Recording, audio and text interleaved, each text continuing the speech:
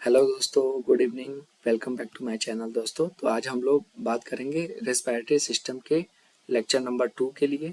और ये जो लेक्चर सीरीज है वो एसजीपीजीआई लखनऊ के लिए तैयारी कर रहे ओटी के छात्रों और नर्सिंग के छात्रों के लिए है।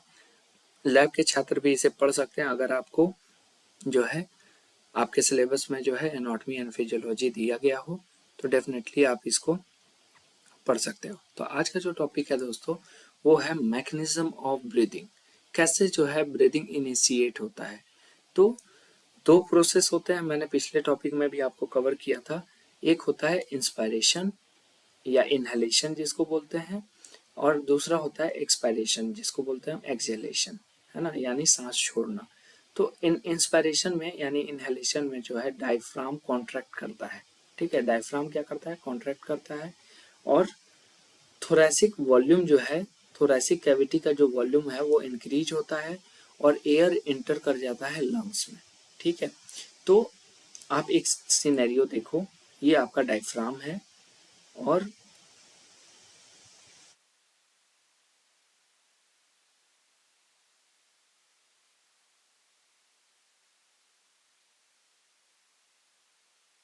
ये आपका जो है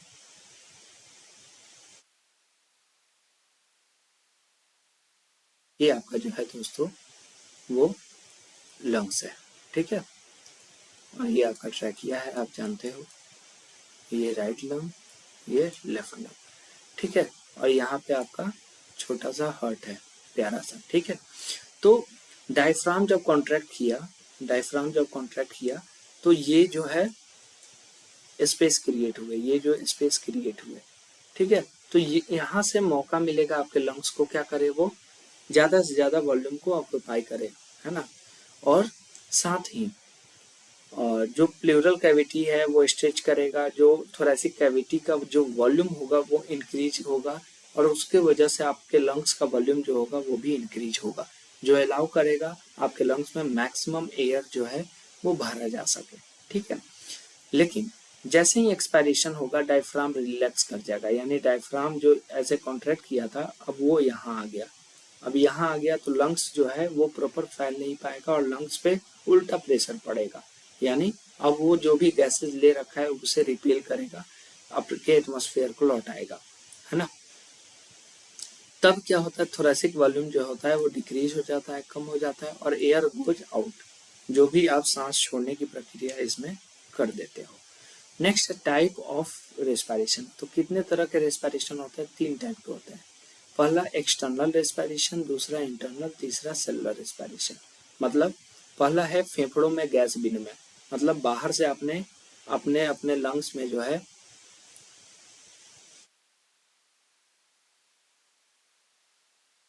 जनरल में समझने के लिए बना रहा हूँ, आप इसे किडनी में समझ लेना। ठीक है, तो बाहर से जो है, मैं कलर चेंज कर देता हूँ थोड़ा आपको सहूलियत होगी। ठीक है, बाहर से जो है गैसेज जो है वो लंग्स में आई।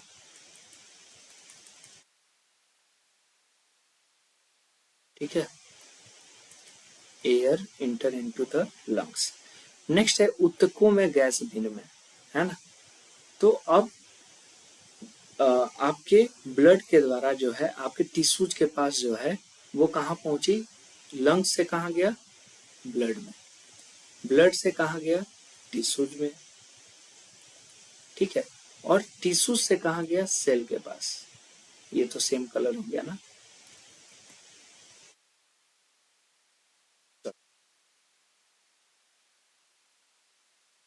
टिश्यू से कहाँ गया, सेल के पास, और सेल के पास क्या है, माइटोकॉन्ड्रिया। माइटोकॉन्ड्रिया में क्या हो रहा है, सेल्यूलर रेस्पिरेशन। ठीक है दोस्तों, जिसके फलस्वरूप जो है एटीपी बना और पायरुवेट बना। एटीपी रिलीज होता है, पायरुवेट बाय प्रोडक्ट बनता है। ठीक है दोस्तों, आई होप आपका ये कंसेप्ट क्लियर हो गया होगा।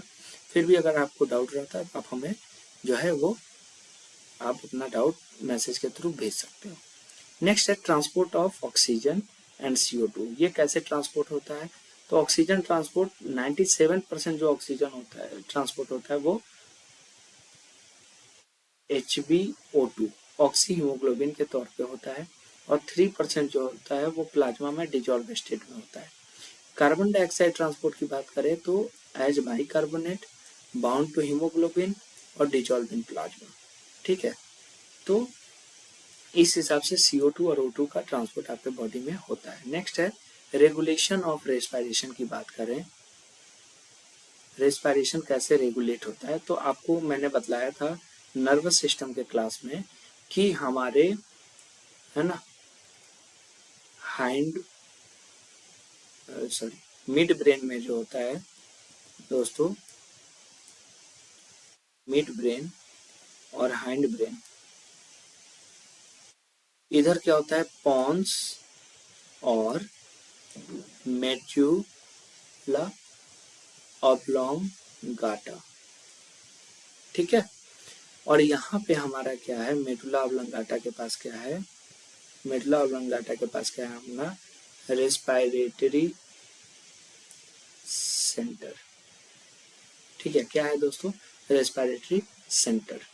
ठीक है, तो रेस्पिरेटरी सेंटर कहाँ है आपके मेडुला और पॉन्स में।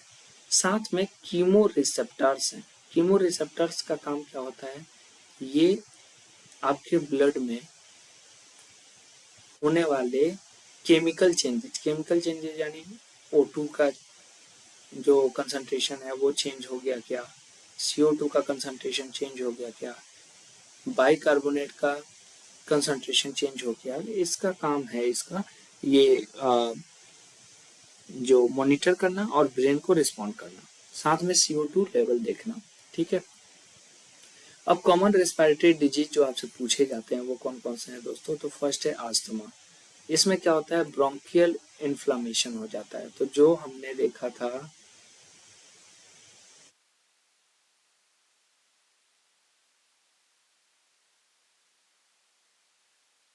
ठीक है, ये हो गए आपके ब्रोंकियल्स। इसमें जो है वो क्या हो जाएगा इन्फ्लामेशन, इसमें इन्फ्लामेशन होगा तो इसकी वजह से क्या होगा जो एयर का मूवमेंट था वो ऑब्स्ट्रक्ट होगा और पेशेंट को जो है वूपिंग कफ अस्थमा ये सब देखने को मिल सकता है। नेक्स्ट है निमोनिया, तो lung infection, tuberculosis, Mycobacterium tuberculosis जो इन्फेक्शन है बैक्टीरियल माइकोबैक्टीरियम, टीबी जो है एसिड फास्ट बैसिलाई से डिटेक्ट करते हैं या जेडन स्टेनिंग करते हैं, जेडन स्टेन करते हैं, है ना, इसको पता लगाने के लिए। नेक्स्ट है दोस्तों COPD, chronic obstructed pulmonary disease. इसमें क्या होता है एयरवे ऑब्स्ट्रक्शन होता है क्रोनिक लेवल पे, है ना, एक होता है एक्यूट और एक होता है क्रोनिक। तो 3 to 6 मंथ से प्रोलॉन्ग कोई भी इन्फेक्शन हो तो उसे क्रोनिक इन्फेक्शन या कंडीशन हम कह सकते हैं। नेक्स्ट है ब्रोंकाइटिस मतलब ब्रोंकियल इन्फ्लेमेशन। रेस्पिरेटरी सिस्टम का OT और एनेस्थीसिया से क्या कंसर्न है? तो फर्स्ट ऑक्सीजन थेरेपी हमें देने की आवश्यकता या उसका जो रोल है उससे हमें पता चलेगा कि हम किन पेशेंट्स को जो है ऑक्सीजन थेरेपी देंगे और किन को नहीं देंगे। नेक्स्ट है इंटूबेशन। इंटूबेशन में हमें क्या जानना है कि लैरिंग्स क्या है, उसके बाद आपका ग्लोटिस क्या है, इपीग्लोटिस क्या है, ठीक है, वेंटिलेशन है ना, वीचू क्या है, वेंटिलेशन परफ्यूजन है ना क्या है, उसके बाद पल्स ऑक्सीमीटर और कैप्नोग्राफी। नेक्स्ट है व्हाट इज सर्फेक्टेंट। तो दोस्तों आपके अल्वेलाई में जो है एक सबस्टांस जो है वो रिलीज होता है जिसका काम होता है कि वहाँ डेवलप सरफेस टेंशन को जो है वो कम किया जाए, तो इसीलिए इसका नाम जो है सर्फेक्टेंट पड़ा, जो अल्वेलाई में होने वाले फ्रिक्शन को या सरफेस टेंशन को रिड्यूस करता है। तो पढ़ेंगे surfactant is a surface active substance. Note कर लेना। सरफेस एक्टिव सब्सटेंस है जो प्रेजेंट होता है लंग्स के अल्विलाई में, जो रिड्यूस करता है सरफेस टेंशन को और प्रिवेंट करता है अल्व्यूलर कोलैप्स ड्यूरिंग एक्सपायरेशन। जैसे ही आप सांस छोड़ते हो, जैसे ही आप सांस छोड़ते हो, आपके अल्व्यूलाई कोलैप्स ना कर जाए, है ना, इसको ये बचाता है। कौन? सरफेक्टेंट। सोर्स क्या है, कहाँ से आता है?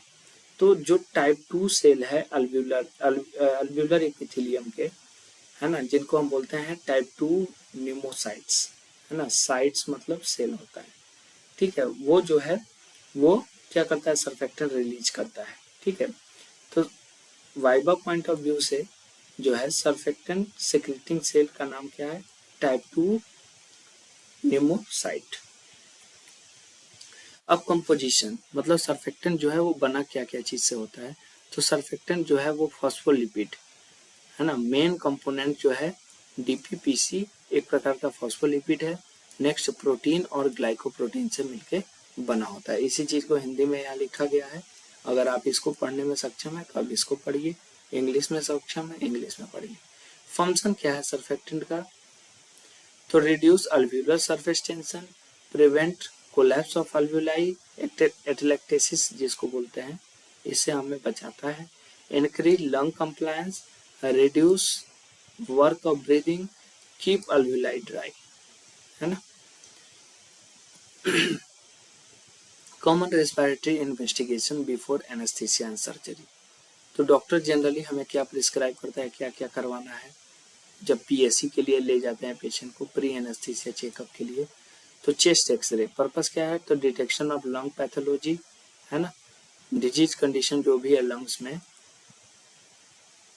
ठीक है, उसको पता लगाना। एसेस हार्ट साइज और मेटेस्टिनम, कहीं कार्डियोमेगाली ना हो गया हो। कार्डियोमेगाली मतलब हार्ट का नॉर्मल से बड़ा हो जाना, हार्ट साइज का नॉर्मल से बड़ा हो जाना। नेक्स्ट आइडेंटिफाई इन्फेक्शन जैसे टीबी, मास या कोलैप्स, है ना। नेक्स्ट है इंडिकेशन क्या है, कब हम करेंगे? तो एल्डरली पेशेंट जो भी हमारे 35 to 45 प्लस पेशेंट्स होंगे उन सब में हम जो है एक्सरे करवाएंगे। नेक्स्ट है स्मोकर्स, नेक्स्ट है नॉन लंग डिजीज और मेजर सर्जरी। नेक्स्ट है दोस्तों पल्मोनरी फंक्शन टेस्ट, पीएफटी जो है हम करवाते हैं। तो इसमें इंक्लूड होता है फंक्शनल वाइटल कैपेसिटी और functional expiratory volume 1, expiratory volume 2 और एफवीसी रेशियो। तो पर्पस क्या होता है? तो assess lung capacity, detect obstruction और रेस्ट्रिक्टिव डिजीज और डिसाइड फिटनेस फॉर एनेस्थीसिया, ठीक है। इम्पोर्टेंट किन के लिए होता है? तो जिनमें अस्थमा या सीओपीडी हो, उसके बाद जो है अस्थमा या सीओपीडी हो या थोरेसिक सर्जरी के केसेस हो। नेक्स्ट है एबीजी, तो ये भी बहुत इंपॉर्टेंट जांच है। किन किन पैरामीटर्स की जांच करते हैं इसमें? तो pH, PaCO2, partial pressure of oxygen, partial pressure of carbon dioxide, bicarbonate, है ना, और जो आपका ऑक्सीजन कंसंट्रेशन होता है FiO2, है ना। पर्पस क्या है? तो एसेस ऑक्सीजनेशन एंड वेंटिलेशन और एसिड बेस स्टेटस को जांचना, है ना, कहीं मेटाबॉलिक एसिडोसिस या अल्कलोसिस तो ना डेवलप हुआ है पेशेंट को।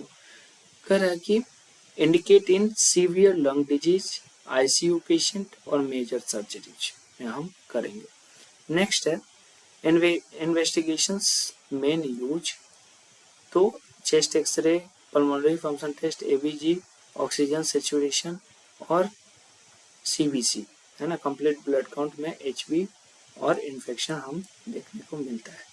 वन लाइनर एग्जाम के लिए जो है एमसीक्यू के लिए जो आप यूज कर सकते हो, तो इसमें बेस्ट फॉर ऑक्सीजनेशन, ऑक्सीजनेशन को देखने के लिए सबसे अच्छा टेस्ट क्या है? ABG. Bed side oxygen test तो pulse oximetry, lung capacity test, pulmonary function test और टीबी कंफर्मेशन के लिए sputum acid fast bacilli. Next है नॉर्मल रेस्पिरेटरी रेट कितना होता है 12 to 20 मिनट पर मिनट, है ना। 12 से 20 बार जो है वो एक एडल्ट व्यक्ति जो है वो सांस लेगा 1 मिनट में।